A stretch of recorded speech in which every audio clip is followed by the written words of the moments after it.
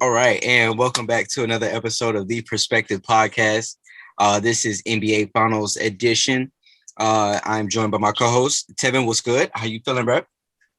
Feeling good, feeling real good after these finals, bro. It was entertaining. I'm good and ready to talk about it. Yeah, that's a fact. That's a fact. Bucks and 6, and here I am with the Bucks hat on. Like, it's not.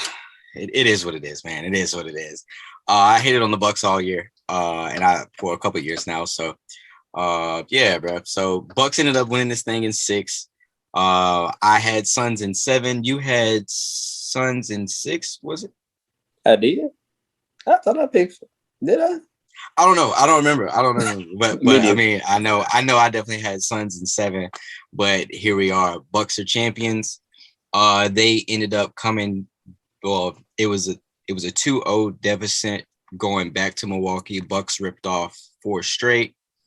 And I mean, what else is there really to say? Like, Giannis just went absolutely nuts. So I'll let you go ahead and open up with those opening statements. So what's up? What are some of your takeaways from this year's finals? Unexpected finals for sure.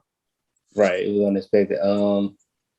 Definitely want to give shout out to the Bucks. First time they won in 50 years. It was actually a 50th anniversary that they since they won the championship. It was a good series. And even though I think I did pick the Suns just because I wanted CP3 to win. But looking back at it, it played out how it was supposed to play out. The best player was just unguardable. So absolutely, if you got the best player and he unguardable and he get just enough help, like you pretty much gonna win the game. And so when you get high percentage shots by Giannis and Middleton and Holiday playing, well, Middleton playing more consistently than Holiday. Thanks. And then they got some timely shots from people like Connaughton, who I think he made 6 threes one game or 5 threes one game. Mm-hmm. Bobby Portis came up big the last game, and then one of those games when he came in with a lot of energy. Yep. PJ playing good defense. Like the Bucks, the better they finally got over the hump and finally executed a game plan that we've been, I guess, waiting to see for like the last 2 years. Yeah. But that 2 years is pretty much the development time that Giannis needed to go through all that to get to become the player that he is now. Because everybody's talking about he needs a jump shot, he needs this. I'm like, no. What he did was he made his strength his strength. And he just took advantage of it. He was like, I'm tall, long, I can jump, and I can run. So I'm just get as close to the goal as possible and shoot from right there every single time. And so then he stepped up big time last game, made 16 free throws out of 18, which crazy. Which I don't know what happened in them 2 days off, but Ben need to go talk to him and be like, hey, bro, like what you did, like, because I need to know, like, what you on. Cause I'm trying to get like you. Right, because technically they could be the same player. Honestly, if Ben just do exactly what Giannis do, but another time for another day. Another day. Yeah. So the Bucks did their thing. Suns, it was a good ride. It was good to see CP3 get there. We saw a whole bunch of new emerging young talent from the Suns. Yeah. And I just feel like came up short because they obviously, number one, didn't have an individual answer for Giannis, but also number two, I think Monty, surprisingly, I don't know if he got out coached, but he didn't make certain adjustments that might could have helped him better guard Giannis and possibly, get the dub in this series. So, let me go talk about that later. So, I'm gonna kick it back to you and let you. What your thoughts about it? So, I kind of echo those same things. I give credit to the Bucks because they definitely got the job done overall. I feel like every single series they played, they beat Brooklyn. You know what I'm saying? They beat Brooklyn in an incredible overtime game 7. KD's foot isn't on the line. Maybe this is a whole different story. Who knows? Well, of course, if KD's foot is on the line, things may go a little bit different, but sometimes that's some of the things that you need. They went through, they had to beat a tough Hawks team especially after Giannis went down with that nasty knee injury. And then just bringing it back to the finals, they did lose those first two games. Giannis didn't look like himself in game one. But, of course, as the series went on, it looks like he got healthier on that knee, which that knee injury is just nuts. Like, I don't know. That really just like it's even hard to even look at. But hard to comprehend how the heck he didn't tear his whole leg off with this. Huh? Right, bro. Like it bent forward and yeah, it's just nuts. But credit to the Bucks. Credit to Chris Middleton. And to your point about Drew Holiday, it looked like Drew Holiday had money on the Suns. Like, bro, I said the same thing one night. I was like, he gotta be betting against himself. So he played the spread. He betted the spread one night. That 4 for 20 night, and then a 4 for 19. God, bro. The 4 for 20 was one of the worst games I ever seen a point guard play.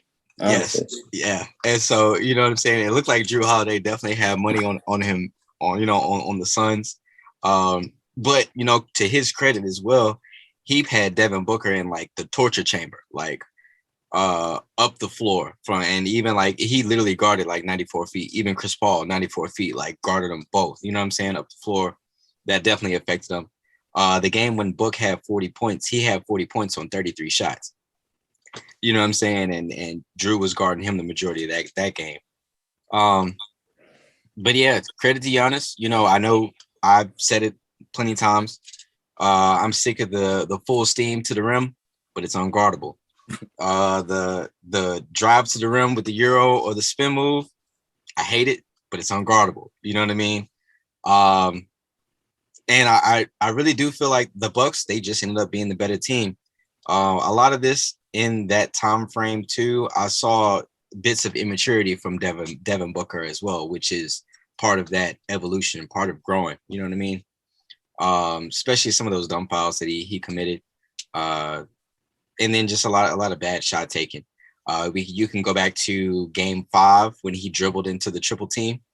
When he actually had like 2 or 3 opportunities before he even went to the rim and got that deep in the paint to pull up.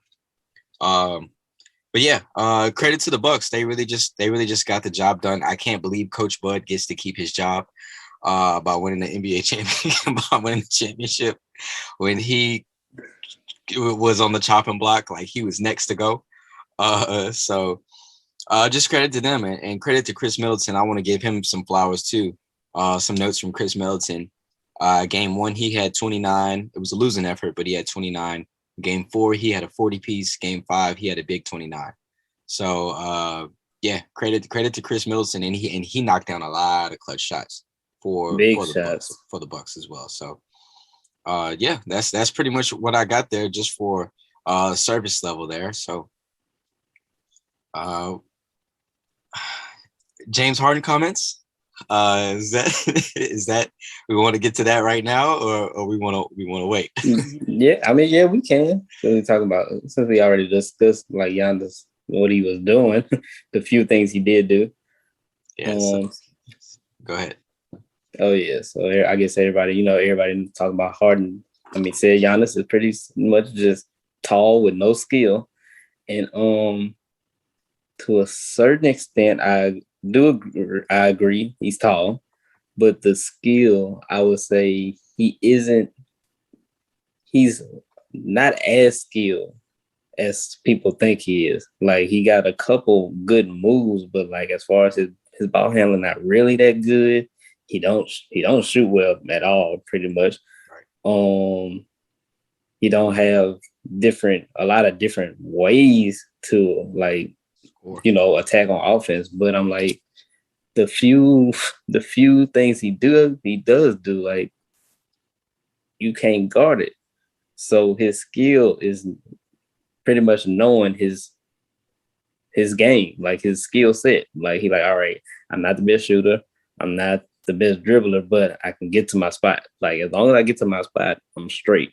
So with Giannis, I really don't even, to me, how his size makes some of his skills, like, you don't need certain skills just because you talk. Like, right. Like Shaq wasn't dribbling the ball. Tim Duncan wasn't going between the legs and behind the back and nothing like that. And he the same height pretty much as both of them. So his job is to Like people want everybody to be like Kevin Durant and LeBron, and I'm like everybody like them. That was a different them outlier. You shouldn't be 6'8", 6'9", dribbling like that, 7 feet. Like that's an outlier. Yeah. Your tall behind should be right by the goal, laying it up, dunking on people's head. And he was like, you know what? This is an easy shot, and it's 2 points. Like you can still win. And they showed us this year, and the Lakers last year showed us you can win by pretty much going big. Like everybody don't have to shoot threes. Everybody don't have to, do the pick and roll, high pick and roll, come down, shoot threes, and all that. Now you can win inside out. You just got to make shots sometimes. And Giannis' best skill is his number one is effort on both ends. Like, because I know it's cliche to say nobody play harder than this person, that person, but it's hard to find somebody who gives as much effort on both ends as Giannis. So that's to me, that's a skill. Your effort is like a skill thing. That's a skill. So I get that to him. But I mean, Holmes, he right as far as like the dribbling and all that stuff. But look, if you can't stop me from dunking, I don't care what you're talking about. Like I said, Shaq wasn't the most skilled, but you couldn't guard him. So it is what it is. And I mean, I just want my dog Harden to get a ring too. I'm kind of sad he ain't got one yet. You know, he one of the last few superstars without one. So but they gonna get there next year. But yeah, man, Giannis just took his game to a whole nother level mentally this series. Yeah, absolutely. And really just throughout the whole playoffs, like the struggles from the free throw line, like the crowd chanting at him. You know what I'm saying? Like the crowds, all the other crowds getting on it. You know what I'm saying? With the counts. And even like you saw early in the playoffs, like late in the season and early in the playoffs, he was shooting a lot of threes to your point. You know what I'm saying? He was shooting a lot of threes, a lot of jump shots, a lot of corner shots, a lot of top of the key jumpers. Like a lot of that was happening, but somebody on the coaching staff pulled him aside, or either he just took a look at his game, he made those adjustments.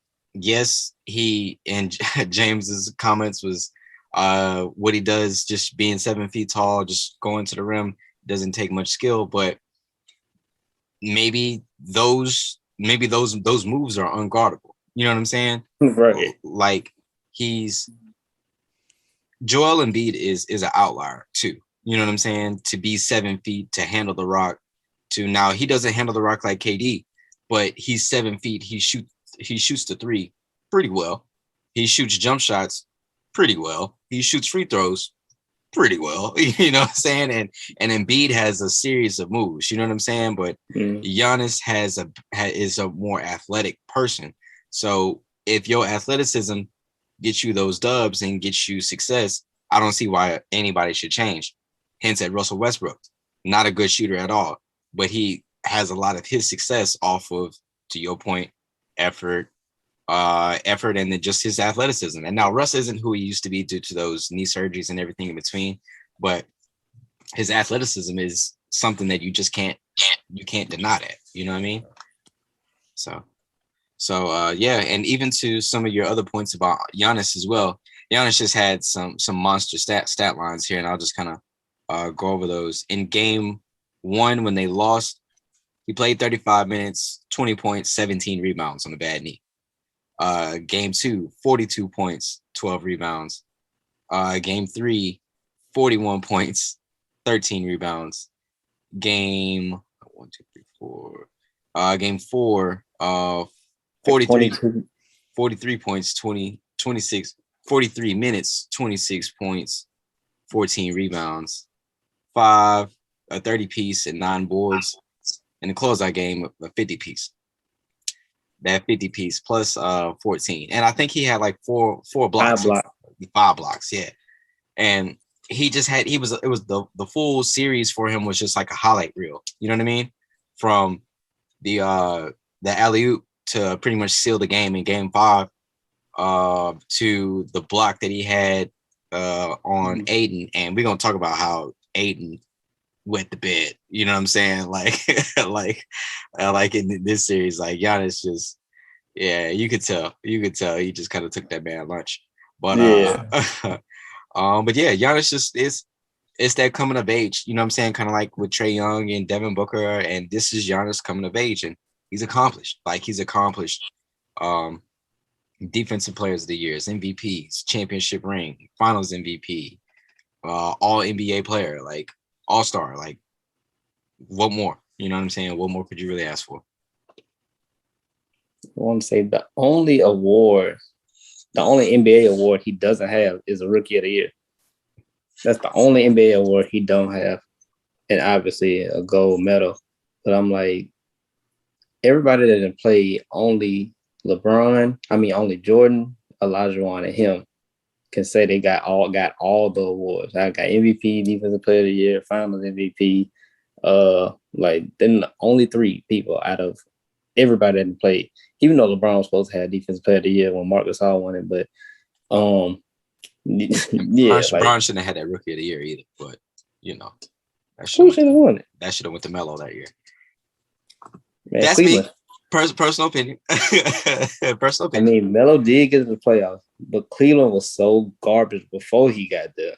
Like he couldn't make the playoffs that first year with that team. Like Eric Snow and Jeff McGinnis shooting jump shots on a consistent basis, and the young Carlos Boozer and Darius Miles, they was hating. First of all, if Ricky Davis. Yep.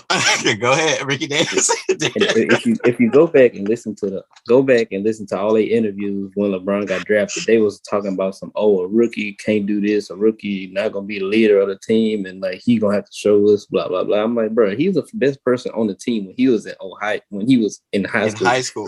He was better than all y'all. So I don't hear nothing they had to say. So yeah, bro, like it's ridiculous. Back to Giannis. Just keeping it on Giannis. It's ridiculous. It's ridiculous. Ricky Davis said, "Yeah, LeBron is here to help me." Boy, if you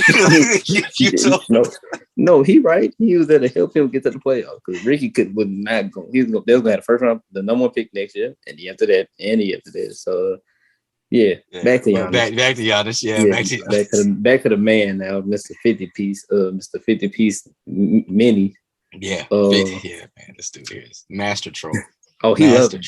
He loving it. I love that he like just taking it all in. I'm like, look, because when we look down the line, unless you're really breaking it down, nobody gonna be like, well, this team was hurt, that team was hurt, that team was hurt, this was team hurt. Because like I don't remember no other year where I can think of, like, I don't remember any years where we were like, oh, Jordan won because such and such was hurt, Shaq won because Duncan was hurt, blah blah blah. Like, nah, nobody. They just gonna see Giannis, NBA champion, NBA MVP, 20 what year this is? 2021.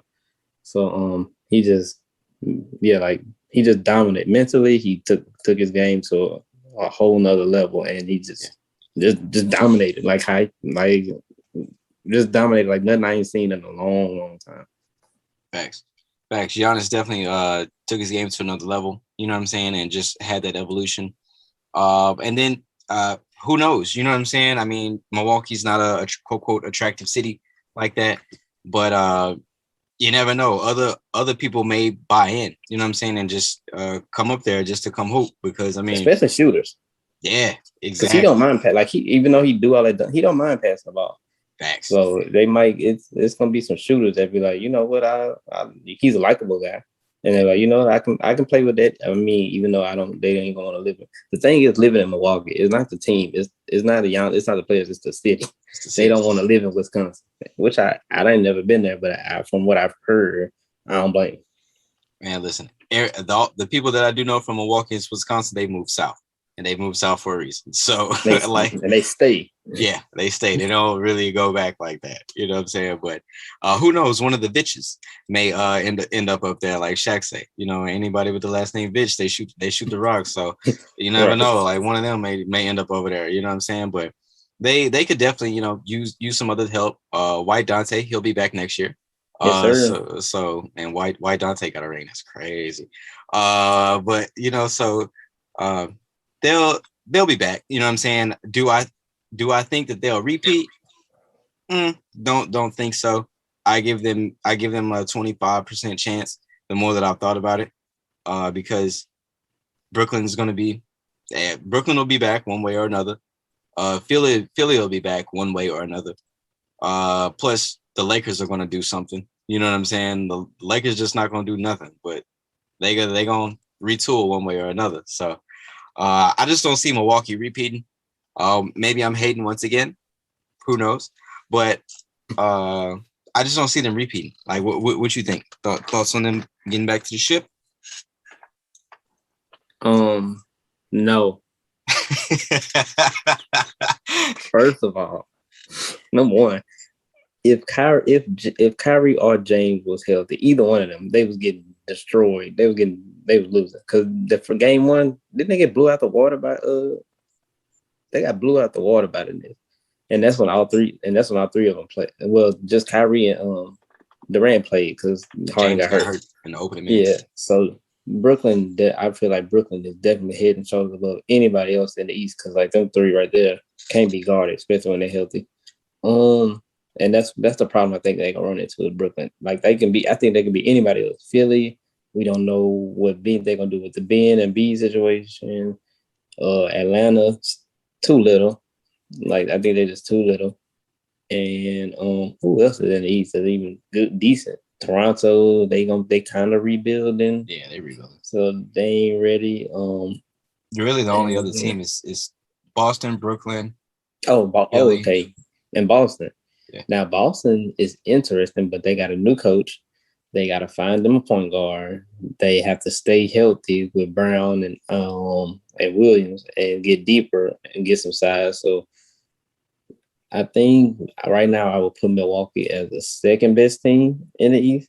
But I think that when Brooklyn's healthy, they're just too good. Like they're just head and shoulders above all of them over there, even Milwaukee with Giannis. Because how we saw that Giannis a great defender, but he don't want no parts of KD. None of that. And nobody talk about that, but I see it. I watch the games. He ain't never guarding. They had PJ Tuck on him. I'm like, this is a defensive player of the year though.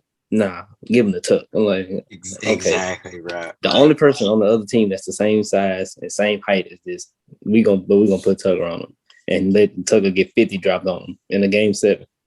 Giannis wasn't even help side defense. Like he held the opposite corner down. He would have gotten Bruce Brown and I don't even know who else they had on the squad. Blake Griffin.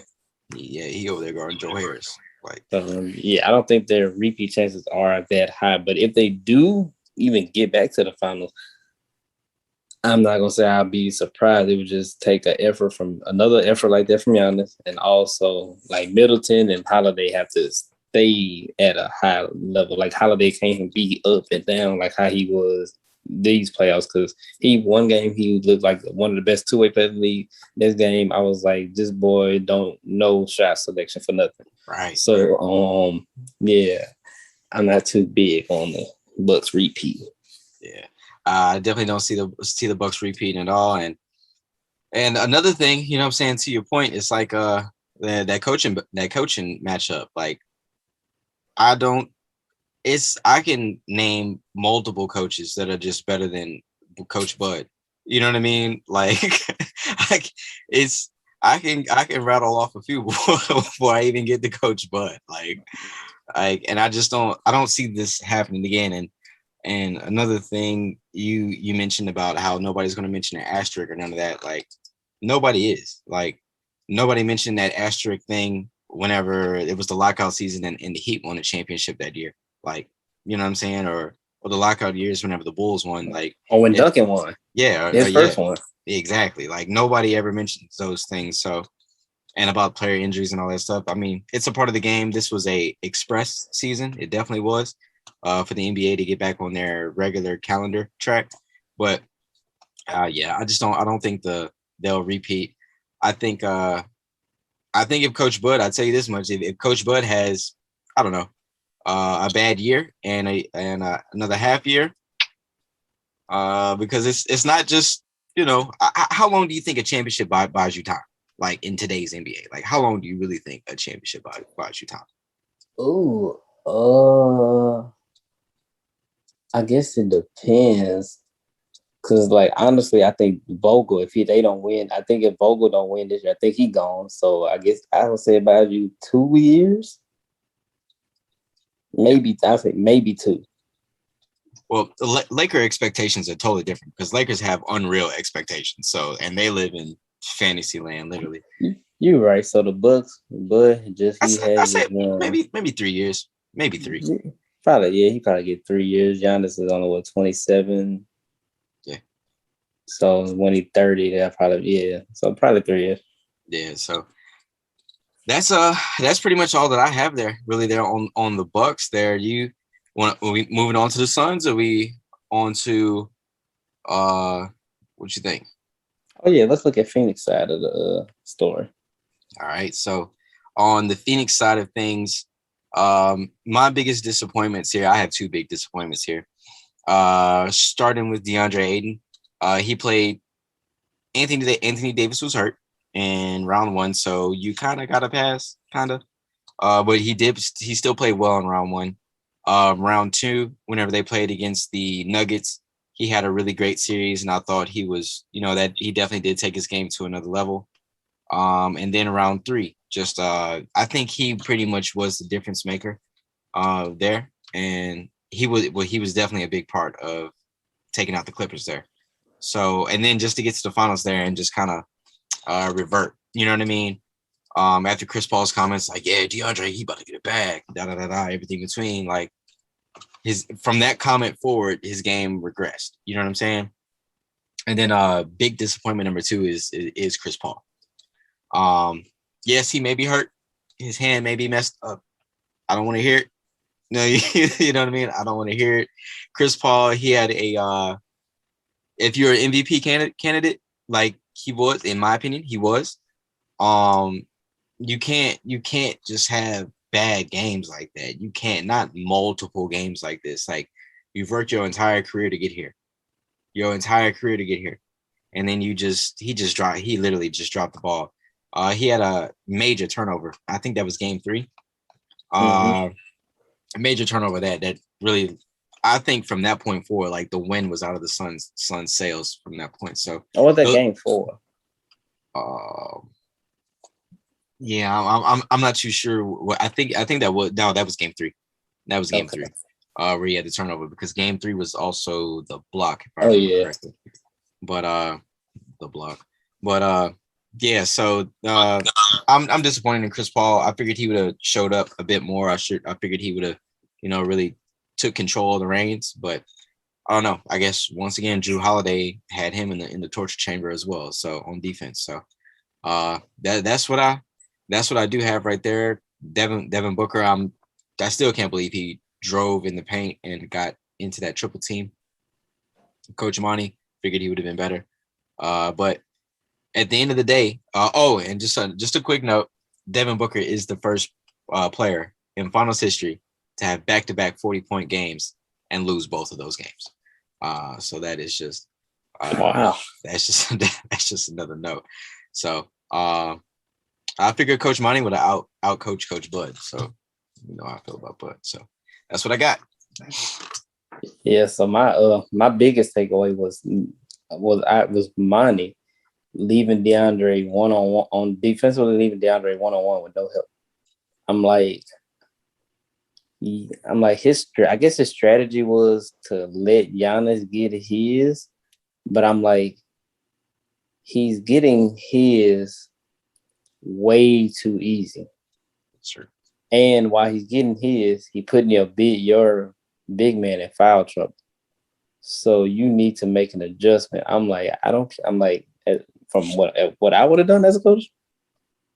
All right, if I got to single them up with DeAndre, that's fine. I mean, DeAndre, that's fine. But I'm doubling. I'm bringing the help. I'm doubling off of number 1, PJ Tucker. PJ Tucker, the worst. He just, out of all the shooters on this team, he the worst one. So I'm like, I've got to leave. I'm like, if somebody got to be left open, got to be him. I'm doubling off him, off his man. I'm doubling off his man, and we rotating late to him every single time. Every time. I don't care what happens. I'm like, we doubling the closest person gonna double, and we rotating from PJ. Like, whoever guarding him, if they make a pass, leave him. PJ Tucker would have to make 10 threes every game in order for me to, like, respect it. And yeah. He got to make 10 threes every single game. I'm like, the only way I'm losing is PJ Tucker scored 35. I'm not losing by Giannis scoring 50 at the rim. I'm not doing it. I'm losing with PJ Tucker shooting threes. That's what I would have done. I'm like, I'm leaving PJ Tucker and giving help off him. And secondly, like he had Ayton. I'm giving Ayton kind of a pass, even though he had some good games. But like he wasn't expected to be what he was in the first rounds anyway, in the first couple rounds anyway. Everything he did was like gravy. Like it was like, oh, DeAndre Ayton, we do got him too. But it was like gravy on the top of the situation. He wasn't one of the main factors you was looking at, that was gonna do something. But they could have used them. Money could have used them better instead of just having them picking and rolling. Like put them down on the block, post them up, set some some down screens or some bad screens or some switches for him or whatever, like to get him shots at the goal. Because I'm like, if Giannis guard him, try to get Giannis in foul trouble. Thank you. The only way you're gonna win is if Giannis not in the game. So we got to do some stuff to get him out of the game and off his rhythm. So as a coach, that's what I would have did the offensively. And I think sometimes he tried because he let Bud off the hook for some terrible decisions Bud made. One time when Monty went small with Crowder and Craig, for some odd reason, Bud subbed out his size and put small people in. He put like Forbes or Teague in and Connaughton. I'm like, dude, like you was just dominating with all your big people in the game. He took his big man out of the game. Why are you taking your bigs out when the people are getting smaller? And Monty let him off the hook a couple of times with that. And I think Payne should have probably paid more. Absolutely. Because Chris Paul, he's controlling it, but Holiday was in him. Yeah. So they needed somebody to push the pace. Like if they get a rebound to push it so they can score, without the defense being said, they wouldn't get that many transition buckets as a team that's as athletic as they are on the wing with Booker and Bridges and Johnson and Payne. Like they ain't get enough fast break points for me. So that's probably, I'm putting a lot of blame on Monty because like he could have done some stuff to make it harder. Yeah. And Chris Paul, I think I ain't gonna say he ran out of gas, but he had to do it for that team to win that series. He had to do a lot. And I don't think at 36, because he had just did it in the Clippers series against the Clippers, I don't know if he couldn't do it again against a more athletic, bigger team. He only 6 feet. He can only do so much. So and he's 36 now. They did all that celebrating against the Clippers. Because they knew some deep down inside they knew like this team different than the Clippers because the Clippers they were missing their best player, so they had to win that. And they have no bigs either anyway, so you're gonna eat on the inside against them. Yeah. So now a younger Chris Paul they probably would have won it, honestly, because he was just too fast back then. But now at his age, he's not fast enough and he can't keep up the pace, that pace enough to wear down on Holiday. So Holiday was kind of semi-chilling on defense, even though he picked them up like 75, like 3/4 of the way on, of the floor. So I'm putting a lot on Monty. And the role players just like Phoenix Young, Bridges and Cam, like that's everybody first. It's everybody first finals, except Jay Crowder. So like, yeah, and the bench ain't deep. They 3 deep on the bench, and they have no size really. So things they were supposed to lose. If we look at it like a total perspective, and really look at it like they wasn't supposed to win that finals. They wouldn't even got there if AD wasn't hurt number one. They wouldn't got back the first round. Yeah. So but they did. They got there. They tried. They didn't do certain stuff that could have gave them a better chance to win. And I guess now we probably talk about like what this means for them for the future. Like what do they do now? Like what do they do with Chris Paul? Who do they pay? Do they need to get somebody like in order for them to be back next year? So in reference to their future, question number one: do you think Cam Payne is a starting point guard in this league? No, sir. Agreed. All right. So do you think that he's their six man, their guaranteed six man for next year, regardless if he's back like with that team or not? You talking about like will anybody come off the bench before him? Yeah. It's tough because it all depends on what they do with Cam Johnson. Yep. Because like, I think he is the key. Like I think he is their real six man. And then we talked about a trade scenario earlier, but I'll let you speak on your trade scenario. Okay. But I think they do move on from Chris Paul because the things that I've read, like Chris wants to get like paid like again, and I'm never going to be mad at nobody for trying to get their bread, like never. But with a young core and you going to dump X amount of dollars, I don't know. I think the report was like 40 mil or more that he's looking for. He wants. I think he won't. 4 years, 120. Like he won like 4 years, 120, or he will take 3 years, 100. I can't do that. Whenever I know I got to pay Aiden, whenever I know I'm trying to add 2 other pieces around Aiden and Book, like I can't do that. Not me. Right. But not at 30, not at 36, Chris Paul. And boy, 37. He about to be 37 soon. Right. So I can't do that. You know what I mean? So I don't know, bro. I mean, now as far as the Suns core going forward, do you take that group of Book, Ayton, the guys that really played well, Cam Johnson, Cam Payne, and Bridges, of course. They have something really good there. Like they really do have something good there. And I think that they are a team to compete in the West for the next 4 years at least. You know what I'm saying? Regardless of how things go, the Suns are going to be good for the next 4 years. So I think if they were to be able to just find another guard that can like really like push tempo, like if they can find somebody that can match Cam Payne's type of energy off the bench. Because to your point, when Cam Payne comes into the game, like their whole energy just changes. Like they up the floor. You know what I'm saying? They up and down. And also, he had a huge role in beating Denver and a huge role in taking out he had an impact whenever he played against the Lakers. Like, yeah.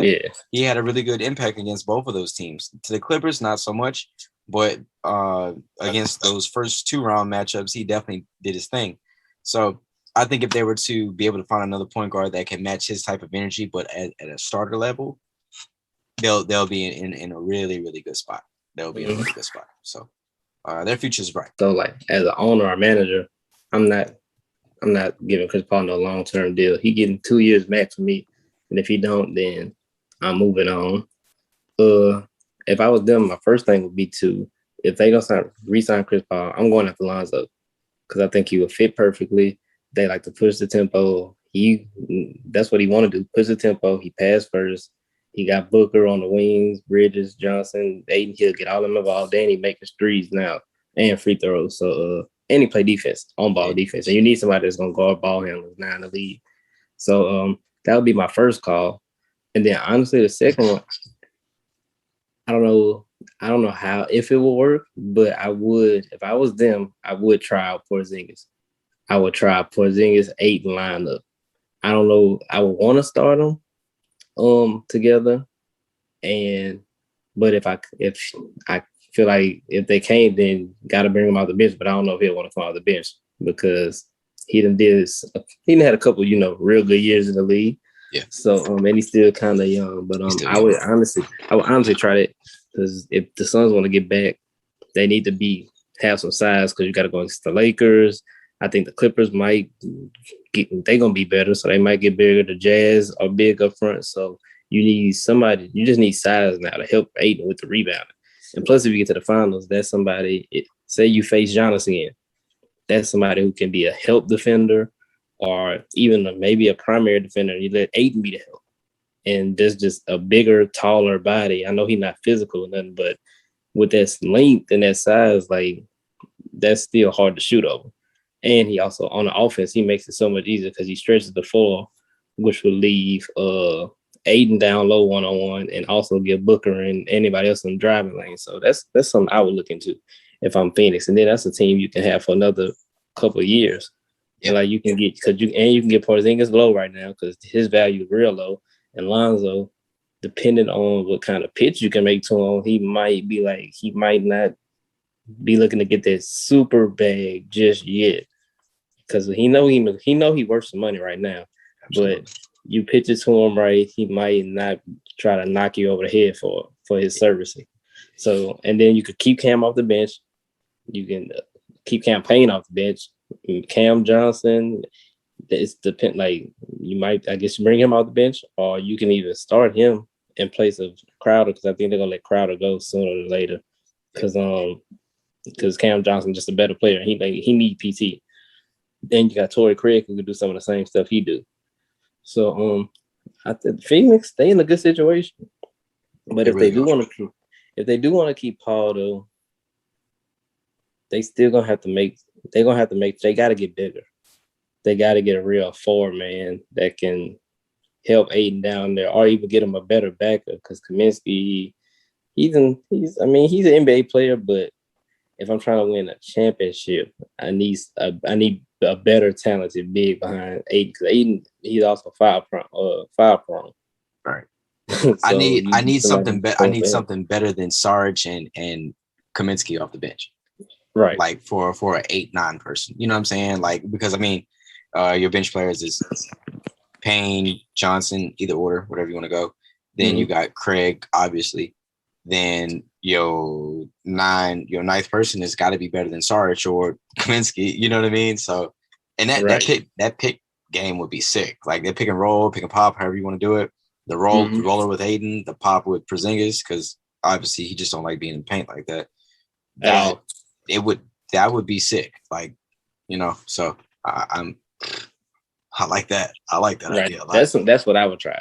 That's what I would honestly try to do if Paul ain't willing to take 2 years. Cause I don't think I can do 3 because I can't be paying a 40-year-old $30 million that's only 6 feet tall and not as fast as he used to be and can't jump and ain't got the athleticism. Like he not LeBron, he not KD, he not Giannis. Like somebody like that, you could take a chance on that 40 because they still tall, they still big. But a little 6 foot guard, like I seen Steve Nash get paid when he was 40. And it was him and Jason Kidd. And it was 2 of the worst things I ever seen in my life. Right. It's a 40-year-old point guard. How would you feel if he's still short, but how would you feel if Kemba ended up there? Nope. Because I don't see him with the Thunder. Like, I don't see him. He not go. He's somebody. He gonna get traded somewhere else. He might end up somewhere like San Antonio or something. I don't know where Kemba gonna go because I don't know what his game. I don't know. Yeah, I don't know. Because he's not as good as Chris Paul. He don't shoot it consistently enough. He don't play defense. Ain't really athletic. Not a great passer. So I don't even know what his game. I think he might, as a point guard, I feel like he's just gonna get phased out. He's kind of like in that Jeff Teague mode now. Like he's not as bad as Jeff Teague, but like how Jeff Teague, his style of play he was good for a little while, then it kind of just slowly. He was like, dang, Teague not started no more. And then now he looks, sometimes he looked terrible when he even went in the game. Yeah. So I think Kemba, that scoring small point guard that can't really shoot it from 3 that good. You shoot it okay, but I think his type of game is getting kind of phased out with all the deep shooters we got, with all the good 3-point shooters and the youth that's at point guard now, and the size. Yeah. Yeah, especially with the youth, the youth there in the league. I think that does it. That does it there. Kimber's just got pushed out the league, so it's gonna be interesting to see, just to see where things go, because I mean, if anything, if it were me, I gave Chris a 1-year deal. You said 2. I would give him a 1-year deal. I'd run it back one more time just to see. Other than that, I can't do it. You know what I mean? That's where the bus would stop for me, but. it's gonna be interesting to see what the Suns do to keep this momentum going. But they're definitely in position to be a good team for the next 4 years with the core that they have. So right. It's just gonna be paying all. It's gonna once they pay, they come up. It's gonna be hard. Not when Cam Payne, Cam Johnson and Bridges, because somebody gonna offer them more money. Like, do you want to leave or do you want to be like, you know what? We done tried it here. Let me take my skill set somewhere else, and maybe I can blossom into a better player, or I can go to maybe even a better team, a team with a better chance of winning. Yeah, just like every player does that leaves New Orleans every time. Turn into all stars every single time. Right? I don't know. It's something going on there, but so and to wrap up the season, really, the season is really just in great hands. Not just the season, but the league. It's in great hands. We mentioned it earlier a couple episodes ago, but the league is just full of talent. You know what I'm saying? And we're accustomed to the Western Conference being fully loaded, but it's now from the West to the East. You know what I'm saying? And like every single division has good talent. You know what I'm saying? Like the Hawks are a better team than expected. I think the Grizzlies are a way better team than what people predicted. The Warriors will be back next year, one way or another. I read a report today that the Warriors, they're actually looking into trying to get Bradley Beal. They're trying to do something with that number 7 pick. So I sent you a screenshot today of with the Blazers and the McCollum situation. But as far as like the young talent, like it's still fully loaded. Booker, Tatum, Giannis is young, Zion's young, Luka's young, Lonzo is growing into his own. Zach LaVine, he's still in that. He's not old, but he's not young. You know what I'm saying? So he's kind of like, I guess you could say, an OG at this point, a veteran player. At this point for sure. Embiid, he's still young. Just the feel around the New York Knicks, what they got going on. Brooklyn is exciting. So Zion, yeah, and hopefully New Orleans gets that right with him, please. You know what I'm saying? He's leaving. Yeah, he leaving. Once your people mad and you ain't saying nothing about it, you leaving. Yeah, you told him to say that one day. Yeah, like your people are mad that you playing in the NBA. Okay, right. You mad? Yeah. So I think it was more Van Gundy though than just. Oh yeah. I think it's more Van Gundy, but now that he's out the way, maybe hopefully this next coach they get it right and they have him right. And salute to the Pelicans, hired a black coach. You know what I'm saying? They got Willie Green off of the Suns bench. Is he officially hired or they was just like in talks? Yeah, he's in there. Yeah, he's officially in there. So once again, another black coach. They doing NBA's getting it right. That's what I think. That's 4 out of the. I think there's like 4 out of the 5 that was opening. Like Carlisle, the only white coach that got a job. Yeah, the Celtics got a black coach. New Orleans, Atlanta. Oh, the Wizards. They just got Unseld Jr. Wizards got. Was it the Wizards or the Magic? The Wizards. So that's the thing. So all the coaching vacancies except one was filled out black man. Yep. Well, it looks like the league is moving in the right direction. Hopefully, we taking over. Then hopefully the next step is us getting into those GM roles. You know what I'm saying? Salute to James Jones. You know what I'm saying? The job that he did this year. So, just to kind of on the back end here of the show, we got the Olympic team here, and my goodness, it looked terrible. It looked really bad from the go. They lost to Nigeria and they lost to Australia. I watched the Nigeria game. It was pitiful. Just seeing like the effort, like the lack of out there. Nigeria hooped hard. I think they had like 22 or like 23 threes made in that game, which is ridiculous. And salute to Nigeria. They do have NBA players on their roster as well. But fortunately for us, it was for Team USA. It was these are exhibition games that they lost, but the competition kicks up real soon. The first game is the first official game is coming up. It's actually Saturday, the 30. Oh no, I'm sorry, Sunday, the 25th, coming up this upcoming Sunday. So against France or Spain? France. Yep. Okay, yeah. France, and then the second game would be Wednesday the 28th. They play against Iran. and then the 31st they have the Czech Republic. So that's what they got. But the roster it's like this. Boys is in and out. COVID protocol. Bradley Beal, he's off the team. He was replaced by Keldon Johnson of the San Antonio Spurs. And your man's that's your man's JaVale McGee is now on the team. He is replacing Kevin Love. So as Kevin Love was just kind of like a question mark from the beginning, but right. So what do you and of course Devin Booker, Chris Middleton, and Drew Holiday, they are joining the team. I think today or either Friday over there in Tokyo. So what are some of your thoughts there on this reshaped Team USA men's team?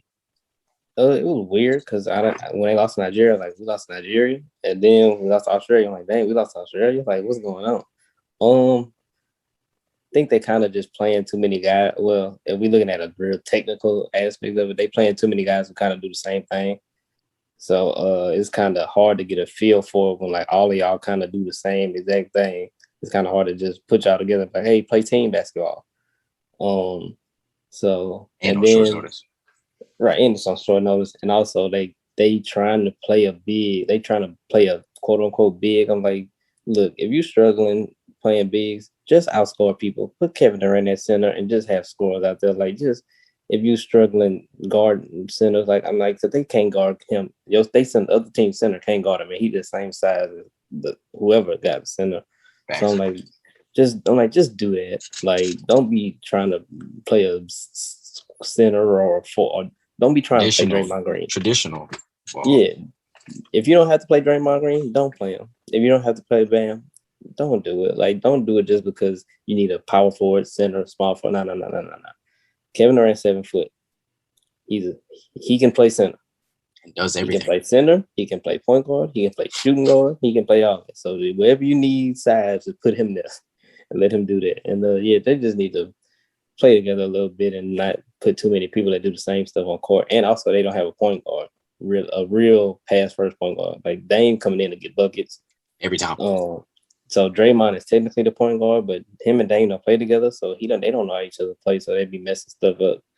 And that's all I really think it is. Ain't that too big, but once they didn't practice a couple of days, they getting all-star players coming in now, Booker and Middleton, and Holiday. He played defense, so he's gonna be hounding people full court, so they'll be straight. He's definitely we'll be straight. We gonna win. As far as the center situation, that's the biggest. I'm ashamed to say that the USA is that bad with center. Our best center is probably, like, honestly, DeMarcus Cousins or Robert Williams or Mitchell Robinson. American center. And I know people be like, who the heck were those last two people?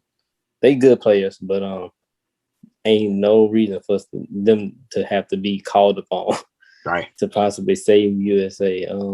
At the 5, but I don't know what happened to all the centers we used to have.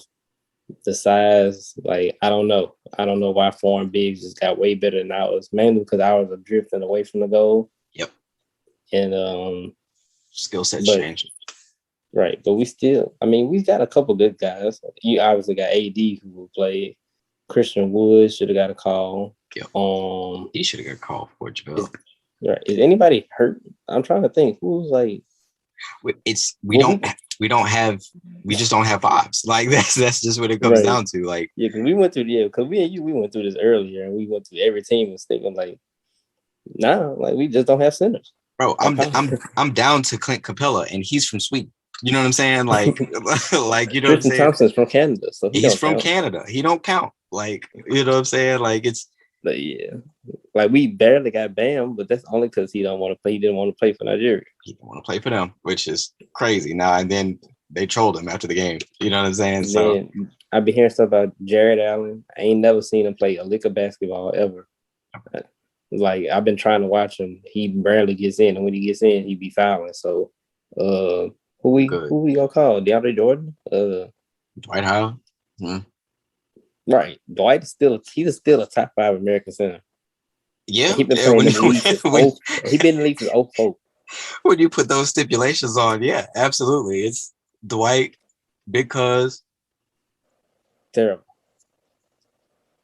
I can't think of anybody else that's active. You know what I'm saying? Like an active American center that is an NBA player. You know what I mean? So yeah, it's unfortunate that that bigs are being eliminated in the American game, but bigs overseas are dominating, like from Joker to Embiid to hell, Steven Adams. He plays mad defense and he's like killing the glass every time. Your man's in Portland, Nurkic. Like he's serviceable. You know what I'm saying? Like right. I think you will put Nurkic before any other American center at this point. You know what I'm saying? So probably so. And Gobert, even though all he does is play defense. Sabonis. Embiid's not from America. He's from Africa. Like, you know what I mean? Like it's right. tough. You know, so I don't know. Big Boo. Y'all got Big Boo. You sleep on y'all, man. Listen, man, I rock with Big Boo, but we got to see a little bit more. You know what I'm saying? We gave up a lot. He averaged 20 and 10. All-star, absolutely. You know, we gave up a lot to get him. Still missed the playoffs. So I don't know. Hey man, when y'all get rid of Denzel Valentine, that's y'all be good. Oh my God, please don't remind me. I can't believe we signed him to an extension whenever y'all did. When we did, like I was ready for him to go in 17. Like, pack it up, please. Like he should have went out the door with Gar Pax, like both of them. But once again, I'm a coach and a GM from the couch and the comforts of my home. And I just tweet very angry at the Bulls from time to time. So, so you see what we did with Norman Powell. Qualifying off. What? You better exercise that option. You straight. You go look around. You can be unrestricted free agent. We don't. Go ahead, Playboy. You got that. Go ahead. Right, you got that. You got that. Well, we're gonna be right here. Right. And even the Hawks, they did that with John Collins today too. You saw that? They let him look. He an unrestricted free agent. Yes. Let me send the tweets out. Yeah. So we need that. Yeah, that's a fact. Shit, he would be a good fit in Phoenix. He would be a great fit in Phoenix, but he gonna want that bread. You know what I'm saying? You know what? He would fit even better in Portland, where he was supposed to be in the first place. Yeah. So, to be determined, though, right? The NBA season, it never does stop. It never stops. You know what I'm saying? Like we got Olympic basketball that we're getting into coming up. We got the draft is actually next week as well. The draft is next Thursday on the 29th. Okay. So and the Rockets, they're trying to do their thing and try and get the number one pick to get. I believe they're trying to get Cade Cunningham, but I don't know. I'm not too Cade sold. said the only team he's going to visit is Detroit. So it's over with for the Rockets to get that number one pick. Ain't nothing they can do. Yeah. So yeah, Cade definitely did say he's only visiting whatever team gets the number one pick. So I don't know. I'm not really sold on Cade. I guess it's a motor thing, but I guess that's something we can discuss after post draft. So basketball never stops. And then right after that, I believe free agency starts Tuesday, August 3rd. I believe that's whenever negotiation starts. And I believe guys can start signing on the 5th, which is that Thursday. So basketball never does stop. And then of course, the trade carousel is going to keep turning. To be determined what happens with Dame or CJ or Ben Simmons and Bradley Beal or Russ, because I see some things about Russ getting traded to the Lakers. Mike Conley, Kyle Lowry. Yeah. I saw something that said this is like it was Lakers news, but they said Dennis Schroeder and Kyle Kuzma, they had some issues with each other this season. So which is that's random. But and then even down in Dallas, Luka and Porzingis, they don't get along. That's because Porzingis is jealous of Luka. If we are being 100% honest. Yeah, and that's a fact. And to be honest, who knows? Maybe something is going down in New Orleans there between Bi and Zoe or Bi and Zion. Who knows? But both of them boys get 30 a game, and it's somebody should try and make that work. But yeah, it's a mess down there. Yes, but until next time, I want to thank everybody for tuning into this episode of the Perspective Podcast. This is the NBA Finals and season wrap up, the 2020-2021 season wrap up. The NBA champions, Milwaukee Bucks. Salute to the Bucks franchise, the city of Milwaukee, the state of Wisconsin, for getting the job done. And so until next time, y'all, make sure y'all share the episodes with friends, family, whoever, wherever, whenever, Apple, Spotify, YouTube. You can find this podcast wherever you stream. And so until next time, y'all, thank y'all for tuning in. Until next time, peace.